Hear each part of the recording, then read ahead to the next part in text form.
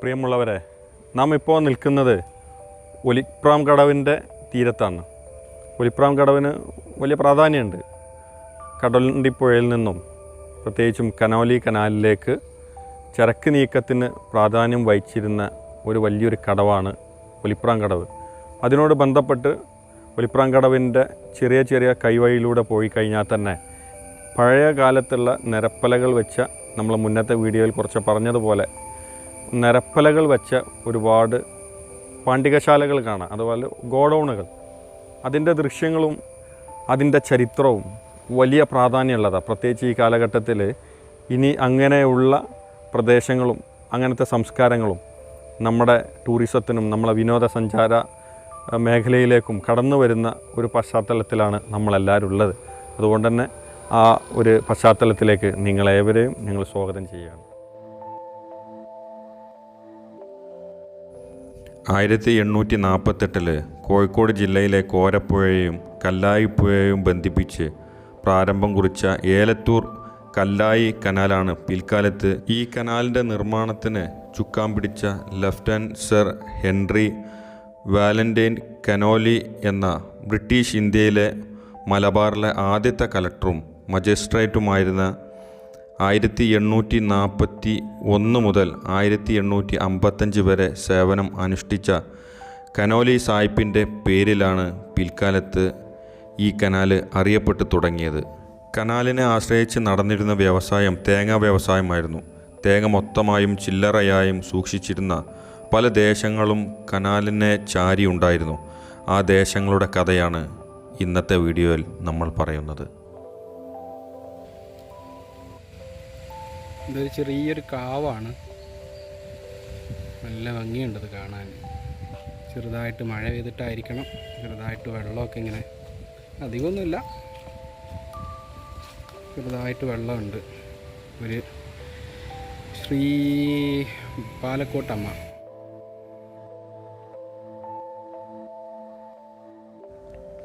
ഇത് ഹോട്ടൽ ശരണ്യ. 28 വർഷമായിട്ട് രവിയേട്ടൻ നടത്തുന്ന ഹോട്ടൽ വ്യവസായം. അതിന് മുന്നേ 40 വർഷത്തോളമായിട്ട് മറ്റു പലരും നടത്തിയതാണ്. 100 വർഷത്തോളം പഴക്കമുണ്ട് ഈ കെട്ടിടത്തിനും ഇതിനോട് ചാരിയുള്ള കെട്ടിടങ്ങൾക്കും. ഏതാനും വർഷങ്ങൾക്ക് മുമ്പ് പുറത്തിറങ്ങിയ പാലേരി മാണിക്യം എന്ന മമ്മൂട്ടി ചിത്രത്തിൽ പഴയകാലത്തെ കവലകളെ ചിത്രീകരിക്കാനായി ഈ ശരണ്യ ഹോട്ടലും അതിനോട് ചേർന്ന പ്രദേശങ്ങളും ലൊക്കേഷനായി തിരഞ്ഞെടുത്തിട്ടുണ്ട്.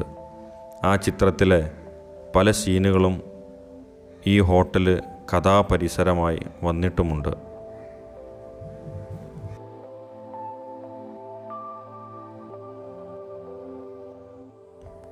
തൃശ്ശൂർ കോഴിക്കോട് ഹൈവേയിൽ യൂണിവേഴ്സിറ്റി ക്യാമ്പസ് കഴിഞ്ഞ് ഏതാണ്ട് 400 മീറ്റർ മുന്നോട്ട് പോയി ഇടത്തോട്ട് തിരിഞ്ഞാൽ ഒലിപ്രാംകടവിലേക്കുള്ള റൂട്ടിലേക്ക് എത്തും. അവിടെ നിന്ന് ഏകദേശം 3-4 കിലോമീറ്റർ മുന്നോട്ട് പോയാൽ ഒലിപ്രാംകടവ് എന്ന ചെറു അങ്ങാടിയിലെത്തും. അവിടെ നിന്ന് വലത്തോട്ട് തിരിഞ്ഞാൽ ഇപ്പോൾ കാണുന്ന പഴയ ഒലിപ്രാംകടവിൽ എത്താം.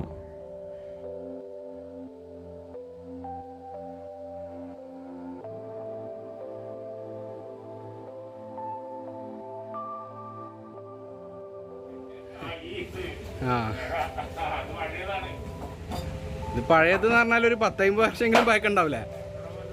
60 കൊല്ലം ഉണ്ട്.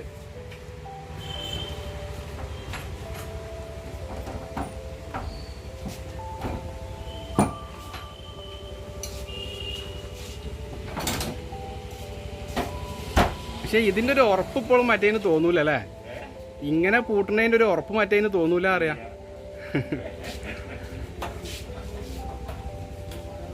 നീക്കുവലക പഴയ ലോക്കിംഗ് സിസ്റ്റമാണ്. ചാവി പോയി പോയാലാണ് ഇടങ്ങാറാവുക. കുത്തി പൊളിക്കല്ലാതെ വേറെ നിവർത്തി ഉണ്ടാവില്ലല്ലേ? ആ, സാധാ പൂട്ടാക്കണം ആക്കല്ലേ. ഇതൊക്കെ ഇപ്പോൾ ഈ നീക്കുവല തന്നെ പുതിയ മോഡൽ ആക്കിയതാണല്ലോ ഇപ്പോൾ. ഇതൊക്കെ പുതിയ ടെക്നോളജി. ആ, ഓക്കെ. അതെ അതെ അതെ അതെ ഉണ്ടല്ലേ. ആ, ഓക്കെ ഓക്കെ.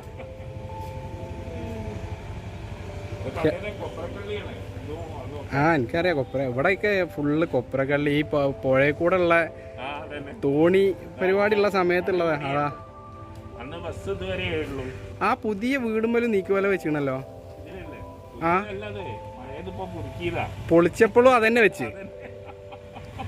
അല്ല അത് നല്ല നല്ല സംവിധാനമാണ്, നല്ലതാണ്. അപ്പോൾ അങ്ങനെ കളയാൻ പാടില്ലല്ലോ. ആ ചേട്ടൻ്റെ പേരെന്തായിരുന്നു? പേരെന്തായിരുന്നു? കരുണാകരൻ. പഴയൊരു ബിൽഡിങ് പൊളിച്ചെടുത്തതാണ്, മുഴുവനായിട്ടും പുതിയതായിട്ട് നിർമ്മിച്ചെടുത്തിട്ടുണ്ട്. പക്ഷേ ആ നീക്കുവല എപ്പോഴും അതിന്മേൽ തന്നെ വെക്കാൻ കാണിച്ച ആ ഒരു മനസ്സ്, അതിന് ഒരു സല്യൂട്ട് കൊടുക്കണം.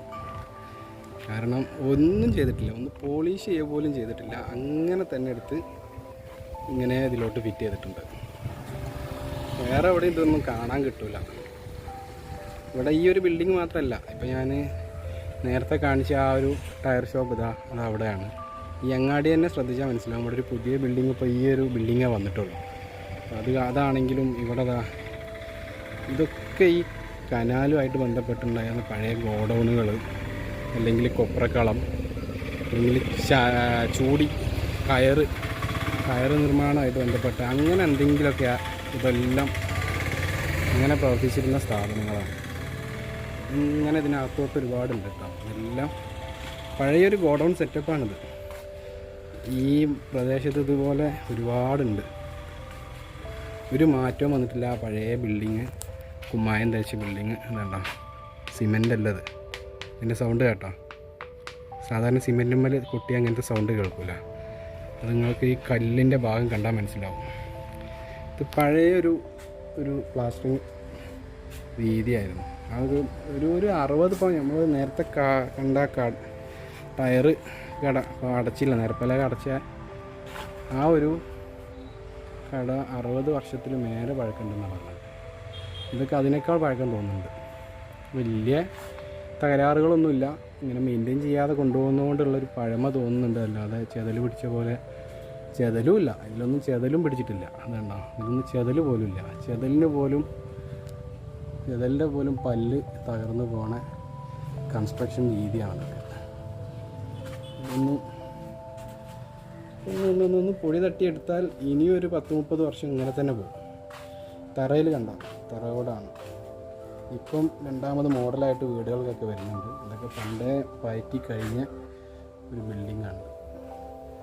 നിരപ്പലകൾക്കെല്ലാം നമ്പർ ഉണ്ടാവും. ഈ നമ്പർ ഒന്ന് മാറിക്കഴിഞ്ഞാൽ ഇത് ശരിയാവില്ല. ഇതിൻ്റെ ഈ ഒരു പൂട്ട് ഇത് കറക്റ്റ് വരണമെങ്കിൽ ഇത് ആ നമ്പർ അനുസരിച്ചിടണം. അതല്ലാതെ ഇതൊന്നും അടച്ചെടുക്കാൻ പറ്റില്ല. ഇന്നത്തെ പോലെ ഒരു ഷട്ടർ താത്തിയിട്ട് പോകുന്ന പരിപാടിയൊന്നും നടക്കില്ല.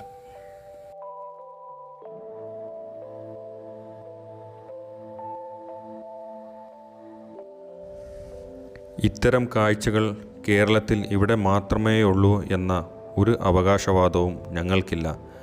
എങ്കിലും അപൂർവമായിക്കൊണ്ടിരിക്കുന്ന ഇത്തരം ശേഷിപ്പുകളെ നിലനിർത്തി പോരേണ്ടതിൻ്റെ പ്രാധാന്യം മാത്രമാണ് ഞങ്ങളുടെ ഉദ്ദേശം.